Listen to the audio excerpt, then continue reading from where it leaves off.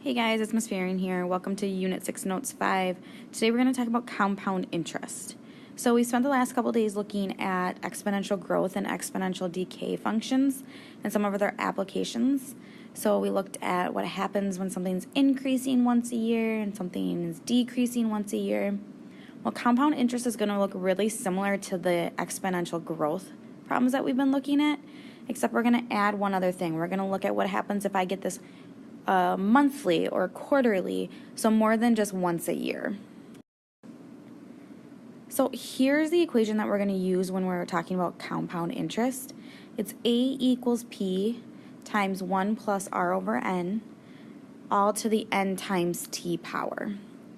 So this is very similar to, like I said, the exponential growth equation that we've been using. P is our starting amount, it's our principal, which was our C before. We started with C before, now it's just P. P is our starting amount. We have the times 1 plus, because we're going to be increasing again, so it's still going to be going up, R divided by N. So N is the new thing. N is going to be how many times we're getting it in a year. So if you see the word daily, weekly, monthly, that tells you our N value, and we're going to go ahead and fill that box in here in a little bit. R is still our rate. We always want that as a decimal, so we're still going to turn a percent into a decimal and put that in before we do anything.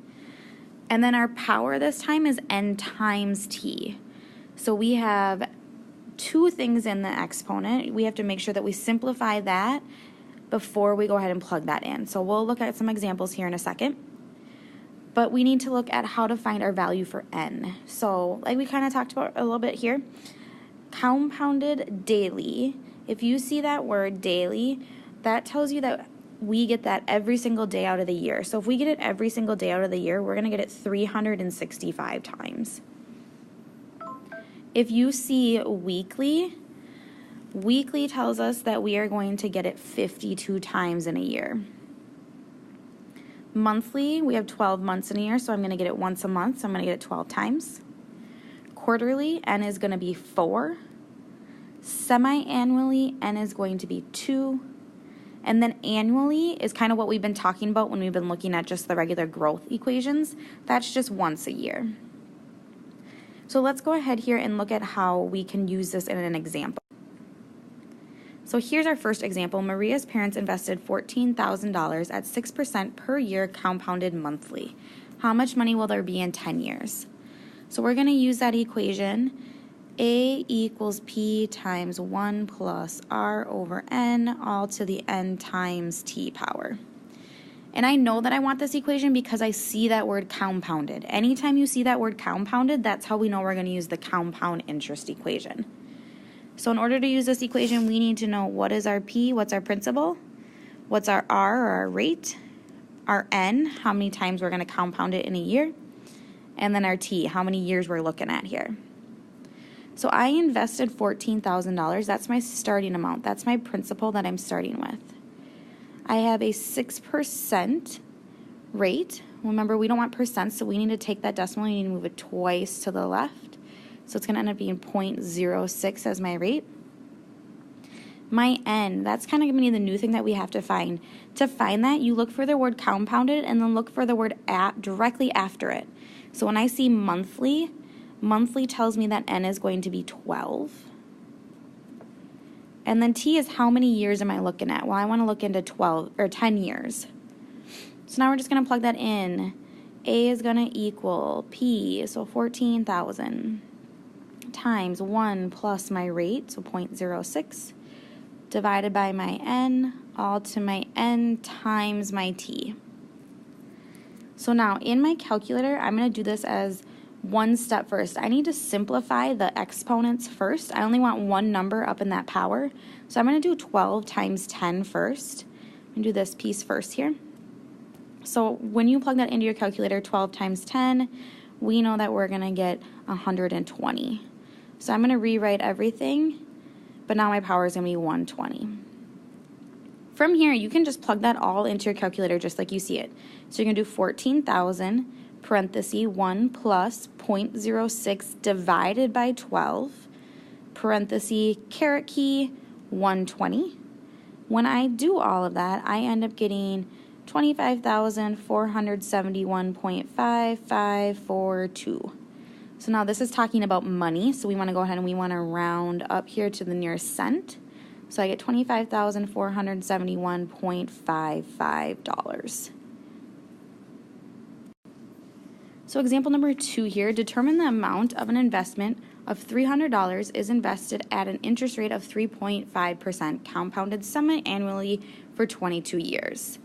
So again, we need to find the A, or not the A, with a P. I'm going to go ahead and find that P value.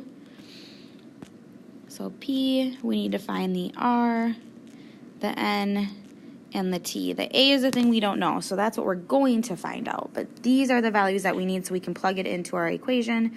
A equals P times 1 plus R over N, all to the NT power. So my principal, my starting amount, I'm starting with $300. My rate is as a percent. We don't like that, so we got to move it twice to get the decimal. So 0.035. N is the word that comes after compounded. So I look for compounded, and the word that comes after it is semi-annually. That tells me that my N is going to be 2.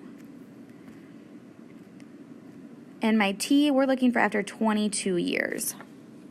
So let's go ahead and plug that in. So A is going to equal 300 times 1 plus my rate divided by my N, all to the N times T power. So remember, we simplify the exponents first, so we're going to simplify this piece first. And when I do that, I'm going to get 2 times 22. So I am going to get 44 as my exponent. And then from there, we can plug that all in. So don't forget to put your parentheses in and then hit your caret key. Please try this on your calculator. Make sure you're getting the same answers I am, because if you're not, we're doing something funky and we want to catch that now. So I get 643.6790. Again, we're talking about money, so I want to go ahead and round that to the nearest cent. So I get $643.68. Notice I rounded up. When you look at this, we look at the 9, and since that's bigger than 5, we got to round that value up. Here's example number 3. Your $54,200 two-year car loan is at 15.1% compounded daily. We want to know how much you'll pay of your car after 2 years. So again, we're just going to find those values we need. We need to know a P, we need to know an R, an N, and a T. Once we know those things, we can plug them in. So my principal, I started at $54,000, or $54,200. My rate, it's as a percent, so we want to move it twice. So I'm going to get 0.151. N is the word after compounded, so we're looking at daily, so I get it 365 days. And then T is my number of years that have gone by, so I'm looking at 2. So let's go ahead and plug that into A equals 54,200 times 1 plus my rate, 0.151, divided by my N, so 365, all to my N times my T. I'm going to do my exponents first and simplify that. So I get 54,200 times 1 plus 0.151 divided by 365. 365 times 2 gets me 730.